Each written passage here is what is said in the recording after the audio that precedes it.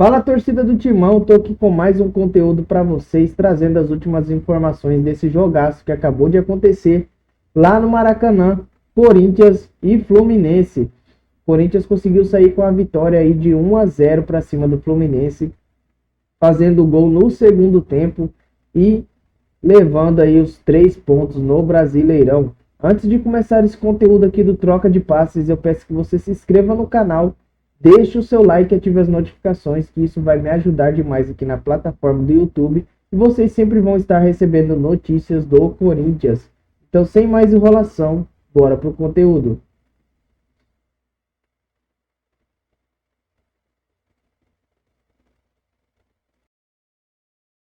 Vou colocar no papo aqui nossos companheiros que ainda estão lá no Maracanã.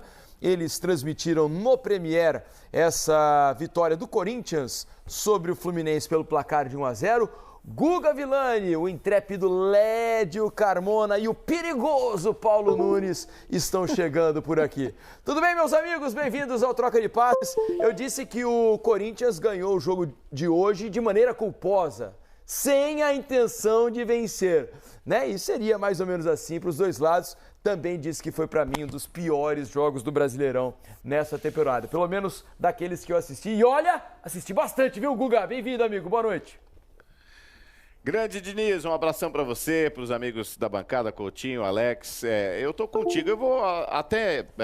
por tudo isso que você disse, eu vou tentar trazer aqui pontos positivos. Eu gostei do Fidelis na lateral direita, acho que o Fluminense está achando um caminho para compor o grupo ali pela lateral direita. Gostei da entrada do Riquelme no segundo tempo, ele deu também um pouquinho mais de ritmo, né? Só para falar dos jogadores da base. E dos que ganharam oportunidade, eu não gostei do Santi Moreno. Gostei do Lúcio. Do Lúcio, mais uma vez, né? Já vem pedindo passagem no meio-campo do Fluminense. Gostei do Igor Rabelo, apesar da bola cruzada, ninguém conseguiu rebater, né? No miolo da zaga, nem o Inácio, nem o Igor Rabelo. Enfim, são algumas das questões positivas. E no Corinthians, a defesa, porque o Corinthians não tomou um gol sequer na Copa do Brasil, né? E o Corinthians, de novo, fez uma partida bastante sólida com os 3 zagueiros. Os 2 alas estão vivendo um bom momento. O Mateuzinho não só pelo gol, mas o Bidu também na esquerda. O Hugo Souza nem se fala, pegando até pensamento. Antes, quando o jogo estava 0-0, o Hugo fez uma boa defesa para evitar o que seria o primeiro do jogo, né? A abertura de placar num chute do Lima. Então, assim, eu vou falar das poucas boas coisas que vimos, porque eu concordo com os amigos. O jogo foi chato para dedéu. Foi muito chato. Boa noite, amigos. Agora, eu vou falar uma coisa pro Felipe, hein? Eu já vi jogo pior nesse campeonato. E já trabalhei. Lembra onde de cabeça? Sábado à noite. Lembra onde de cabeça? Foi num sábado à noite. Claro que eu lembro. Eu fiquei traumatizado por ele. Eu nunca mais vou esquecer. Teve um jogo que ele fez com o Grêmio, não sei quem. Foi um negócio inacreditável. Terrível, Esse de hoje foi ruim, mas foi muito melhor do que aquele. Então eu tô com o Google. Eu consegui ver coisas boas no jogo de hoje. Primeiro tempo eu não vi nada bom. Foi bem ruim. Segundo tempo acho que deu uma melhorada. O Fluminense cresceu no jogo. Pressionou o Corinthians, como o Coutinho já disse, e o próprio Alex. O Fluminense exerceu uma pressão, o Lúcio Acosta dá qualidade técnica ao jogo, tenta acelerar, tenta tocar de primeiro, o Riquelme Felipe de um lado, o Soteldo do outro, o Cano centralizado. Deu um pouquinho de jogo, deu um pouco de graça. Saiu o gol do Corinthians, e aí o Fluminense foi para a pressão, o Corinthians teve espaço para contra-ataque. Olha, acho que salvou o segundo tempo. E o Fluminense acabou perdendo um jogo no qual ele finalizou 15 vezes e o Corinthians 2. Coisas do futebol. Mas, Felipe, eu já vi coisa pior nesse campeonato, cara. Deixa eu acelerar que o Dorival está chegando para falar. Sua opinião do jogo? Boa noite aos meninos da mesa. Para mim, vocês estão com um coração muito bom. Eu acho que o que valeu para o Corinthians foram os 3 pontos. Ultrapassou o Fluminense, né, na classificação, um jogo muito ruim. Primeiro tempo nem se fala, a gente tem que passar essa página, vai pro segundo tempo, aí vai entrar alguns jogadores que modificam um pouco as duas equipes, mas assim, muito abaixo. Foi difícil fazer o jogo, viu? Amigos. Valeu. Você tá lindo, Paulo Nunes. Vem cá, lindo. eu vou tentar adoçá-los um pouquinho. A gente vai sair para jantar. Vamos qualquer ouvir coisa que vocês Dorival, fizerem depois do jogo vai ser melhor. Valeu. Vamos à entrevista do Dorival. Da forma como atuamos, nós não sofremos tanto. mesmo sentindo uma diferença física em relação à equipe adversária, nós ainda assim estivemos bem postados em campo. Se não me falha a memória, de 26 partidas que nós aqui estamos, em 13 delas, 50% nós não sofremos gol. Não sei se mais ou menos são esses números, mas me lembrei assim vagamente a respeito da situação e se era naquele momento um problema muito sério que a gente vinha atravessando, eu acho que nesse sentido nós encontramos um caminho. Nós estamos com um número muito grande de jogadores fora de combate. Hoje, infelizmente, perdemos o Garro antes até do início da partida. Agora, talvez não tenhamos, no final de semana, juntamente com o Gui, que também tomou o terceiro cartão amarelo, o Gui Negão. Então, assim, nós estamos convivendo com uma situação inusitada, com muitos problemas, procurando de todas as formas encontrarmos soluções dentro do nosso elenco, do nosso grupo. Valorizo muito a entrada de jogadores que são muito experientes, como o Thales, como o Romero, como o próprio Hugo, que depois de um período longo de inatividade volta e nos ajuda. Thales fez a jogada que acabou ocasionando o nosso gol, numa retomada de bola. Romero entrou e também deu a sua contribuição. Então, é isso que nós queremos. Agora, às vezes fica muito difícil você ter, como nós tivemos em jogos anteriores, posse, tivemos domínio, tivemos a criação de oportunidades de gols e não finalizamos as partidas. Então, eu acho que em algum momento também nós teríamos essa condição.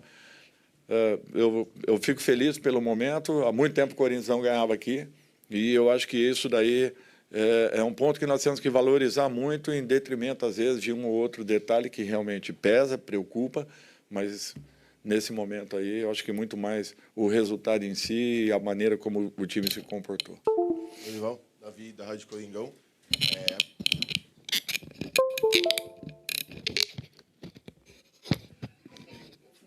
Tá brigado com o microfone. Tá batendo. Dorival, aproximadamente 5 meses atrás você estava presente aqui quando o Corinthians perdeu de 4-0 para o Flamengo.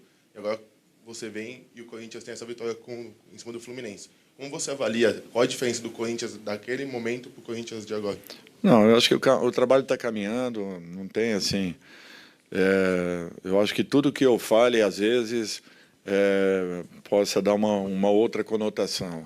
Eu acho assim, nós temos que nos preocupar com o momento, com a situação.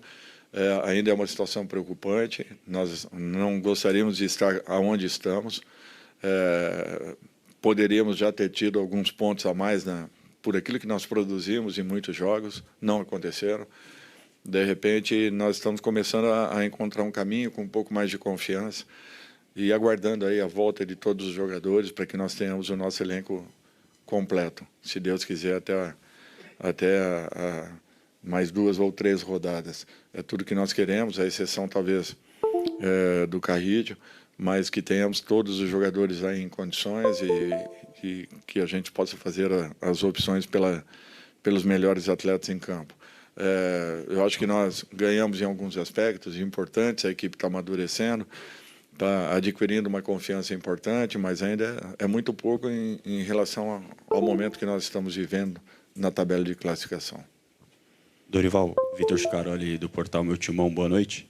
Eu queria que você falasse sobre 2 garotos, né? O primeiro, o André, que fez sua estreia hoje, e o segundo, até aproveitando a oportunidade, né? Nessa ausência do Garro, eu queria entender o que você pensa do Gui Amorim, né? Que é um jovem que vem se destacando na base do Corinthians, se de repente ele vem treinando com o profissional, se ele tem chance de ser relacionado.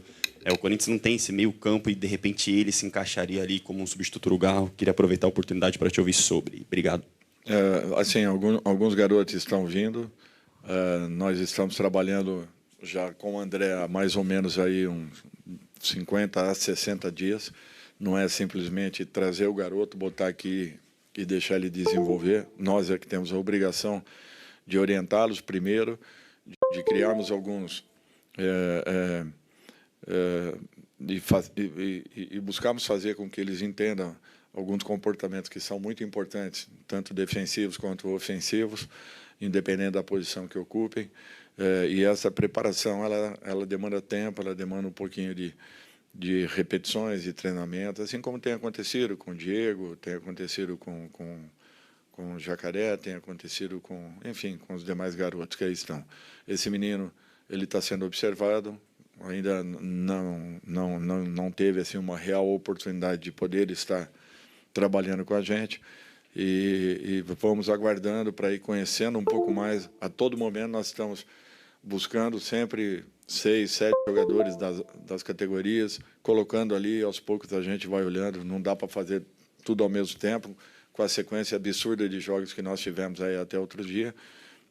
Agora, talvez, com semanas em aberto, nós talvez tenhamos um pouco mais de tranquilidade para podermos, aí sim, observarmos um pouco mais, não só ele, mas a grande maioria dos garotos que ali estão. Dorival, boa noite. Luan Siqueira, Rádio Craque Neto. A minha pergunta é sobre o Rodrigo Garro, né? Ele já deu várias declarações públicas do quanto que o problema no joelho, as dores no joelho, o atrapalham dentro de campo. E hoje, mais uma vez, você perdeu o Rodrigo Garro por conta de uma questão clínica. Quanto que essa questão clínica do Rodrigo Garro te preocupa? O quão, se for medir de 0 a 100%, quanto que você tem o Rodrigo Garro para esse restante Campeonato Brasileiro e principalmente pensando, claro, na semifinal da Copa do Brasil? É difícil, mensurador é muito difícil, não tem como fazê-lo. Hoje não foi nada relacionado a joelho. Se não me falha a memória, foi na panturrilha direita. Então, assim, primeiro vai fazer uma avaliação para depois a gente ter uma ideia daquilo que tem acontecido. Mas a nossa preocupação com ele é grande, tanto é que nós estamos tentando administrar o máximo possível para que ele esteja maior parte do tempo em campo, em condições de poder nos ajudar. Por isso que em algumas partidas, fatalmente, ele iniciará no banco de reservas, assim como nós temos feito com a grande maioria de jogadores. É impossível, às vezes, a gente colocar jogos em sequência, como nós fizemos, quarta, sábado, a recuperação ela é curta, e dependendo dos jogadores que atuem na equipe adversária, é natural que você vai levar uma desvantagem muito grande. Ou seja, quem coloque ou quem repita a mesma escalação dos jogos do meio para o final de semana num curto período de tempo vai ter muitas dificuldades em relação à equipe que, de repente, escale uma equipe mais equilibrada, mais mesclada, ou daqueles jogadores que não tenham participado, como o Fluminense fez hoje, onde, pela minha lembrança, apenas o Fábio participou dessa última partida. Aqui, Dorival, boa noite. Lucas Brasil do TikTok. Tá aí, Dorival Júnior falando, né? Também falando um pouco nessa questão de trocas, né? De poupar jogadores. A diferença é que o Corinthians tem muitos jogadores machucados e hoje ainda levou alguns titulares para o Maracanã e foi premiado com a vitória, embora não tenha jogado melhor que o Fluminense. Antes das entrevistas, eu estava num assunto aqui com o Coutinho e com o Alex, a respeito de jogadores que aparentemente estão de saída do Corinthians, pelo menos é a impressão que passa. Jogadores que têm contratos a se encerrar no final do ano e que, pela ordem natural das coisas, pelo que a gente tem visto das opções do Dorival, as prioridades do Dorival nesse momento da temporada, não dão a indicação de que vão renovar os seus contratos. Casos do Romero, por exemplo, que hoje, mesmo diante de muitos desfalques, ele iniciou no banco de reservas, entrou no meio da partida, e também o Thales Magno, né, que chegou com uma contratação, imaginando que pudesse ajudar, não tem conseguido e também tem o seu contrato para terminar no final do ano. Aparentemente, é claro que ainda há jogos até o fim da temporada, eles podem melhorar e, de repente, se tornarem decisivos e mais importantes do que são hoje. Mas está tudo caminhando para um fim dessa relação, né, Coutinho? Pelo menos é a impressão que eu tenho. Principalmente a situação do Thales Magno, né? Porque é um jogador que está emprestado, ele pertence ao New York City, então... Sim. O Corinthians há uma prioridade para a prorrogação do empréstimo até o meio do ano que vem. O Corinthians tem essa prioridade caso queira. Mas o contrato se encerra agora no fim do ano. Porque, assim, se você olhar o Romero, a situação do Romero é um jogador que voltou ao Corinthians, pouca gente imaginava que ele pudesse contribuir ainda. E contribuiu, né, Coutinho? E contribuiu, né? Contribuiu. Se a gente pega a temporada passada, principalmente, ele conseguiu durante um período ali ser um jogador importante. Mas realmente não está vivendo um grande momento, certamente não tem um salário baixo. E um clube como o Corinthians, todo clube tem que pensar, né? Mas especialmente o Corinthians, pela situação financeira que vive, tem que pensar muito na questão do custo-benefício. É um jogador que tem um custo alto mensal e não está dando retorno dentro de campo, está tendo poucos minutos junto à equipe, então é mais difícil pensar numa renovação. No caso do Thales Magno, mais ainda, né? Por se tratar de ter que, às vezes, até pagar alguma coisa para uma continuação de vínculo. Então, é difícil imaginar que eles fiquem. Foram para o final da fila, né? Kaique e Guinegão os ultrapassaram. Fora que ainda tem Memphis, Yuri Alberto, né, que são os titulares. Vê ainda espaço para que eles continuem no time, Alex? A não ser que haja uma reviravolta grande aqui no fim do ano, né? E ainda é mais difícil. Aparentemente, eu acho que é mais difícil pro Romero, tem uma história com o clube. 23 ele foi importante, né? Foi. Para aquele coisa. 24 também teve seus momentos. Mas quando vai chegando em final de contrato e você está jogando pouco, né? Produzindo pouco, realmente acaba sendo muito difícil a sequência. Lógico que depende daquilo que o mercado pode demonstrar. E às vezes uma redução salarial, eu não sei, né? O que pode ainda acontecer.